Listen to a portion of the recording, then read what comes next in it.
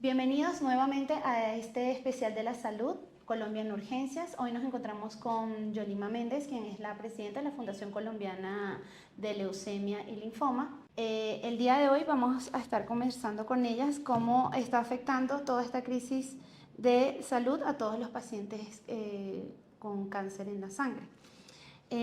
Yolima, bienvenida a este espacio de Noti 360. Muchas gracias por la invitación. Bueno, para empezar quisiéramos saber cómo está impactando la actual crisis de salud a los pacientes con cáncer en la sangre. Pues de manera cruel, diría yo, por no decirlo de otra manera, porque los pacientes se están viendo en una situación muy difícil para mantener la continuidad de sus tratamientos. Y eso en un tratamiento oncológico es una situación grave, muy grave, que un paciente no pueda recibir la intensidad, sus tratamientos con la intensidad, dosis, frecuencia indicada por su médico tratante, pues es una situación que expone a los pacientes a mayor riesgo de recaída, de complicaciones y desde luego también a mayor riesgo de mortalidad. ¿Han aumentado los pacientes que tienen un proceso con quimioterapia, que se han visto en la necesidad de interrumpir su tratamiento? Por supuesto. Claro que sí, tenemos acá un programa de acceso que se llama Solución y Evidencia de Barreras de Acceso en Salud y el año pasado recibimos 500 quejas por parte de 298 pacientes en donde 7 de cada 10 quejas fueron por medicamentos oncológicos que necesariamente hicieron que el paciente tuviera que interrumpir su tratamiento. Entonces, sin duda que los pacientes sí se están viendo afectados y están teniendo dificultades para lograr mantener esa adherencia. En el caso de los niños con cáncer, también podemos decir que está ocurriendo porque hicimos una encuesta el año pasado a 244 padres y cuidadores de niños con cáncer en las ciudades de Bogotá, Medellín, Cali, Pereira, Cartagena, Barranquilla, y encontramos que 8 de cada 10 niños había tenido por lo menos una barrera de acceso al sistema de salud. Y de esas, la principal, reportada por los padres, en un 39%, era lo que tenía que ver con el acceso a medicamentos nuevamente. Entonces, el acceso a medicamentos se convirtió en la principal dificultad para pacientes con cáncer en el país. Es innegable, o sea, esto lo han visibilizado diferentes entidades, no solamente desde las organizaciones que apoyamos pacientes, sino la Procuraduría General de la Nación, la Contraloría, la Defensoría del Pueblo, todos han advertido de la grave crisis de medicamentos que ha puesto en vilo la adherencia de los pacientes oncológicos y con otras patologías en el país. ¿Y cuáles son las consecuencias que presentan estos pacientes al verse en la necesidad de interrumpir sus tratamientos?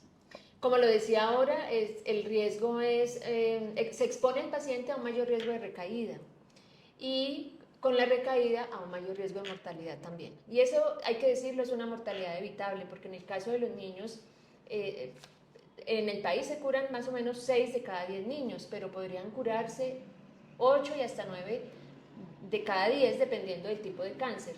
Si los niños no pueden tener la adherencia, la continuidad en los tratamientos que requieren, pues los niños se van a ver expuestos a posibles recaídas y a una mortalidad evitable. E igual pasa con un adulto que tenga, por ejemplo, una leucemia aguda, que es una enfermedad supremamente agresiva, un linfoma, que son enfermedades de rápida progresión, que requieren atención oportuna, que requieren continuidad.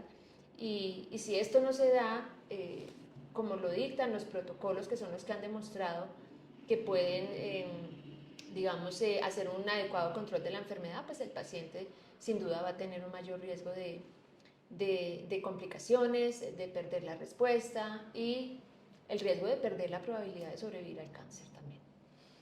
Claro. ¿Qué tan frecuente es que los pacientes deban acudir a la vía judicial para poder acceder al plan de beneficios?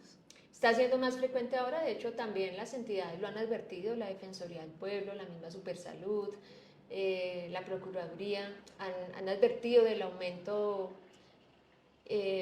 importante en las acciones de tutela, en los desacatos, que hemos visto que sí, los pacientes tienen que acceder más a la vía judicial, pero también hemos visto tristemente la ineficiencia hoy día de estos recursos legales, porque si bien la tutela sigue siendo un mecanismo para garantizar el acceso a los derechos fundamentales, pues hay muchos pacientes con cáncer que hoy día tienen fallo a favor e incluso tienen desacato no 1, sino 2 y 3, y aún así siguen presentando vulneración a sus derechos a la salud y a la vida.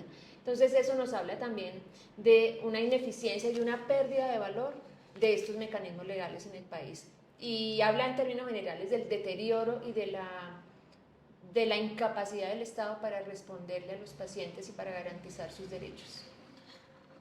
O sea que considera que las recientes decisiones del gobierno han influido en el deterioro del acceso a a los medicamentos, a los tratamientos. Sin duda, no tengo la menor duda de que ha sido una crisis inducida. Yo tengo más de 20 años de experiencia trabajando con pacientes con cáncer, es decir, no soy nueva en esto y puedo decir que problemas ha habido siempre, porque nosotros no teníamos un sistema de salud perfecto. Sin embargo, era un sistema de salud que funcionaba para la mayoría de los pacientes. Yo me atrevo a decir que por ahí el 25% tenía dificultades, con un dato más, que esas dificultades lograban resolverse con una acción de tutela, con un desacato o incluso a veces en un canal de comunicación directo con la EPS.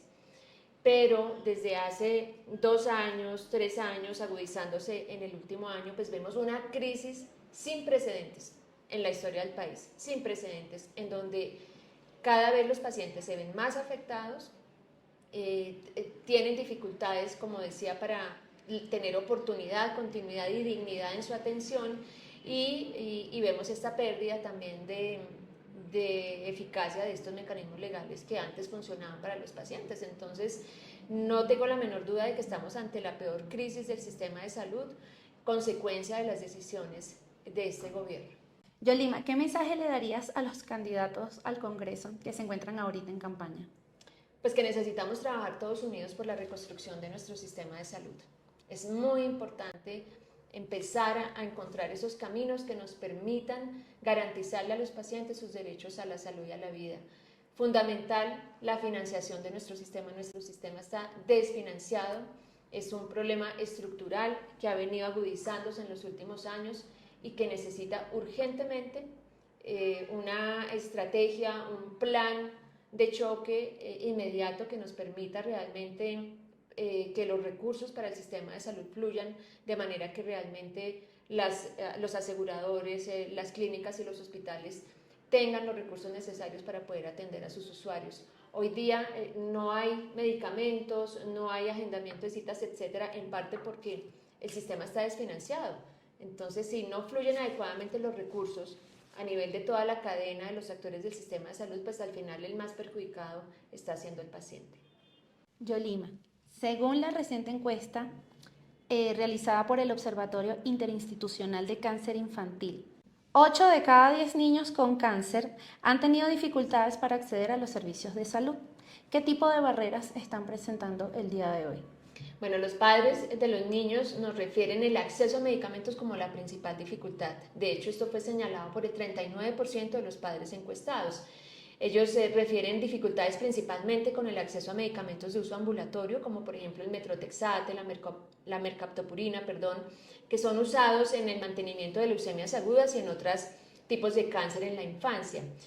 Los padres han tenido que sacar de su bolsillo para comprar medicamentos, pedir prestado, pedir donaciones, etcétera, hacer mil cosas para que sus hijos no se vean expuestos a la pérdida de la adherencia, a la interrupción del tratamiento, porque ellos saben las consecuencias que esto puede tener en sus hijos. Entonces, estas han sido las dificultades, pero también importante mencionar que se siguen teniendo dificultades con un listado de más de 50 medicamentos que a pesar que tienen registro INVIMA en el país, no está indicado su uso para niños en el país y eso hace que en ocasiones los padres tengan que poner acciones de tutela para que sus hijos puedan acceder a estos medicamentos.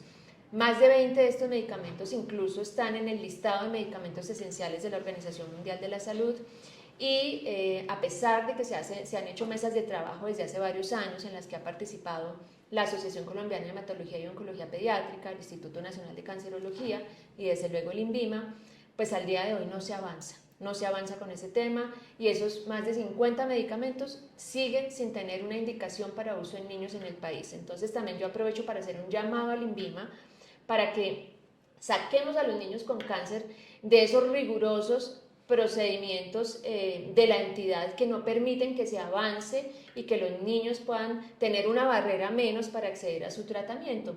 Nosotros creemos también que esto es cuestión de voluntad y que aquí más que esos rigurosos e inamovibles procesos que tenga la entidad, pues debe primar el derecho a la salud y a la vida de los niños con cáncer. ¿Considera que el costo de la crisis del sistema se está transmitiendo ahorita a familias más vulnerables? Sin duda, sí. Nosotros creo que también muchas entidades han advertido del aumento en el gasto de bolsillo. ¿Y eso qué es? La pérdida de la protección financiera. ¿Sí? Entonces vamos para atrás, como el cangrejo. No hemos mejorado en los últimos años en el acceso a los servicios de salud, sino que al contrario, incluso la protección financiera que teníamos garantizada con nuestro sistema de salud hasta hace 4 o 3 años, ya no la tenemos, ya la estamos perdiendo, porque hoy día las familias más pobres están teniendo que gastar más en temas de salud, están teniendo que sacar de su bolsillo para comprar medicamentos que antes el sistema les cubría, están teniendo que sacar de su bolsillo para acceder a citas con especialistas que antes el sistema les agendaba. De hecho, el 27% de los padres encuestados afirmó que su gasto de bolsillo en temas de salud había aumentado en el último año, con rangos de hasta 5 millones de pesos y con un gasto promedio de más de 700.000 pesos, lo que implica sin duda una amenaza grande a la economía de los hogares, más aún si vemos que la mayoría de estas familias encuestadas, más del 70% eran estrato 1 y 2. Entonces, vemos que sí, que la protección financiera se está perdiendo y que ahora los pacientes están teniendo que endeudarse incluso para poder costear medicamentos y otros servicios de salud que antes el sistema les cubría. Más del 61% de los padres cree que los cambios del sistema de salud no han mejorado su atención. ¿Compartes la misma opinión? Sí, yo comparto esa opinión porque sin duda lo que estamos viviendo ahora es la peor crisis que ha vivido nuestro sistema de salud, es un deterioro generalizado. Yo me acuerdo que años atrás veíamos dificultades, pero principalmente determinadas por régimen de afiliación, en donde a los pacientes del régimen subsidiado les iba peor comparado con los pacientes del régimen contributivo. O veíamos también dificultades o barreras de acceso determinadas por la EPS, es decir, por el aseguramiento, por el tipo de EPS que yo tenía, porque si mi EPS era buena, probablemente mi experiencia y mi satisfacción frente a los servicios que yo recibía era buena. Si era regular, pues bueno, ahí más o menos, pero ha habido históricamente EPS muy malas. Entonces nosotros veíamos que principalmente las dificultades las tenían pacientes de esas EPS que no funcionaban bien, ¿sí? Que de hecho ya hoy día no existen, se liquidaron hace muchos años, pero cuando nosotros miramos el histórico, la mayoría de problemas estaban ahí. No era algo generalizado. A los demás pacientes que estaban en otras EPS les iba bien, a la mayoría. Pero ¿qué vemos hoy día? Que ya no está determinado por régimen de afiliación, porque hoy día el paciente esté en régimen contributivo, en régimen subsidiado o en régimen especial, le está yendo mal. Que tampoco está determinado por la EPS, o no propiamente como antes, porque yo sí pienso que sí, hoy día los pacientes que están en EPS intervenidas por el gobierno sí están teniendo más dificultades de acceso a los servicios de salud. Y ya para finalizar, ¿qué mensaje le daría a esos pacientes que ahorita están atravesando este problema y se ven afectados por el sistema de salud, que no están entregando los medicamentos? Es todo un problema para que les puedan agendar sus citas.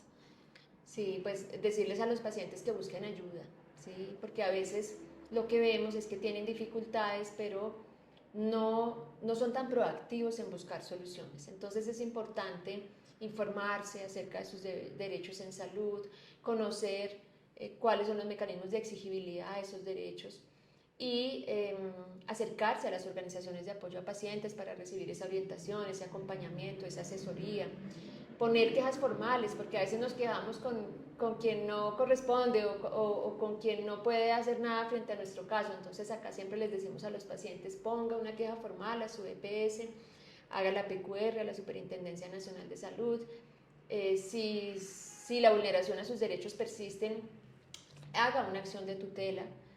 Y si después de tener un fallo de tutela aún así usted no recibe los servicios de salud que han sido indicados por su médico tratante, procede el desacato. Entonces, es como que el paciente pueda agotar todos estos pasos, más allá de sentir que a veces aún teniendo todo eso, pareciera que las fallas persisten, pero es importante que lo hagamos porque acá les decimos a los pacientes, si no lo hacemos, si no hacemos estas acciones legales, si no hacemos todas estas quejas formales, pues va a parecer que todo está bien, que no está pasando nada, ¿no? Los pacientes no se están quejando, todo está bien, entonces no nos podemos quedar callados, no podemos guardar silencio. Si las cosas no están funcionando bien, tenemos que visibilizar esas dificultades. ¿Y cómo se visibilizan esas dificultades? A través de estos mecanismos que he mencionado. Muchísimas gracias por este espacio y por tu mensaje con nosotros con Noti 360. Gracias a ustedes por invitarme.